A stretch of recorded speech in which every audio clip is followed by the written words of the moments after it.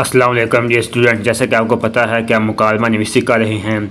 ये first year exam का 6 number का क्वेश्चन आता है जिसमें आपको मुकालमा दिया होता है या यूदाद होता है। इसमें से आपने एक चॉइस के मुताबिक करना होता है। 10 नंबर का एक क्वेश्चन होता है, ठीक है। सो आज का मुकालमा है माँ और बेटी के मोबैन खाने पीने के आदाब पर मुकालमा दो या दो से ज़्यादा लोगों का आपस में मोबैन एक गुफ्तगू होती है। इसमें हम रिटन तौर पर लिखते हैं, ठीक है। एग्ज़ाम में उसका हम एक टेस्ट देते हैं। माँ और बेटी के मोबैन खाने पीने के आदाब पर मुकालमा। एक माँ घर में अपनी बेटी की कॉलेज से वापसी का इंतज़ार कर रही है। बेटी घर आती है, इस पर मुकालमा है। बेटी अस्सलाम अलैकुम। ये अलामत रब्ता की है जिसमें एक इंसान दूसरे से रब्ता करता है। ये एक के तौर पर ये नदाइया है किसी को मुखातब करने के लिए।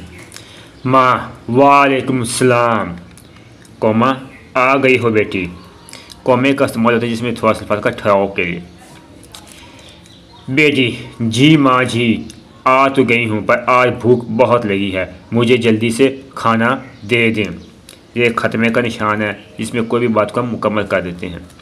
माँ हैं वो क्यों भला, आज तो इतनी भूख क्यों लग गई मेरी बेटी को। एक तरह ये सवाल का निशान होता है, एक तरह से मतलब कुछ पूछ रहा होता है, सवाल कर रहा होता है। बेटी माँ जी आपको तो पता है कि सुबह कॉलेज से देर हो रही थी, इसलिए तेज़ी में नाश्ता थोड़ा सा किया था और चाय भी भागम भाग मैं पी थी। माँ घर के खुले बावर्ची खाने में खाना तैयार करने लगती है और साथ साथ बेटी से बातें करती हैं। बेटी इसका मतलब है कि तुमने खाने पीने के आदाब को नज़रअंदाज किया। मुझे तुमसे ये उम्मीद नहीं थी।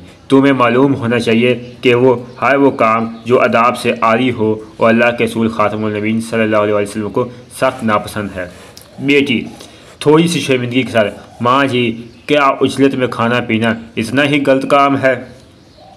माँ हाँ बेटी, हमें खाने पीने में कभी जल्दबाजी नहीं करनी चाहिए। नाश्ता हो जा खाना, हमें हाथ धोकर बड़े अदब के साथ साफ़ सुथरी जगह पर बैठ के तसल्ली के साथ खाना पीना चाहिए और जितनी भूख हो उतना ही खाना चाहिए।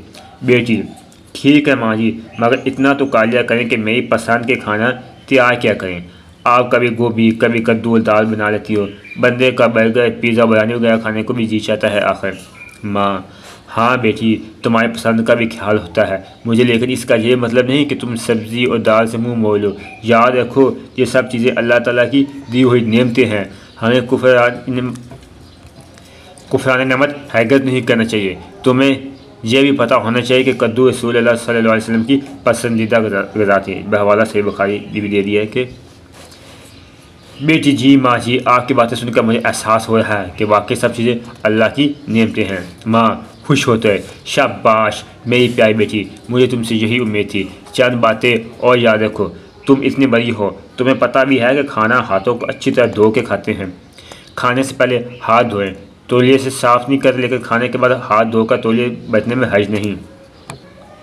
खाना दाएं हाथ से खाते हैं, अकेले हों या ज़्यादा लोग हमेशा प्लेट में अपनी तरफ से खाते हैं। खाना बैठ कर खाते हैं और खाने के दौरान में ज़्यादा बोलते नहीं हैं। सबसे अहम बात ये अपनी भूख के मुताबिक खाते हैं। बेटी माँ जी खाने के इतने ज़्यादा आदाब हैं क्या। माँ और क्या बेटी, कौन सा एक ही बार खाना होता है, ये हमारी ज़िंदगी का हिस्सा है। एक और बात याद रखो कि खाना हरगिज़ ज़ाया नहीं करना चाहिए, वरना ये खाने की बेअदबी और नाशुक्री होगी। अगर हम अपनी भूख के साथ साथ दूसरों की भूख का भी एहसास करें तो ये ज़ाया नहीं होता बल्कि किसी और की भूख मिटाता है। बेटी माँ जी ये तो बहुत अच्छी बातें हैं, ये भी बता दें कि पानी और चाय वगैरह पीने के क्या आदाब हैं।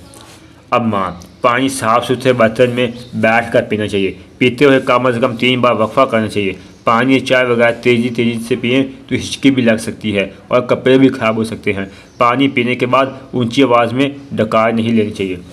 बेटी बड़े अदब के साथ, माँ जी माँ वादा करती हूँ कि आइंदा खाने पीने के तमाम आदाब का ख्याल रखूँगी। माँ शाबाश बेटी, मुझे तुमसे यही उम्मीद थी। चलो अब यूनिफॉर्म बदलो और खाना खाओ, तैयार हो गया है तुम्हारी पसंद का खाना। बेटी कपड़े बदलने जाती है और माँ इतनी देर में दस्तरखान बिछा देती है।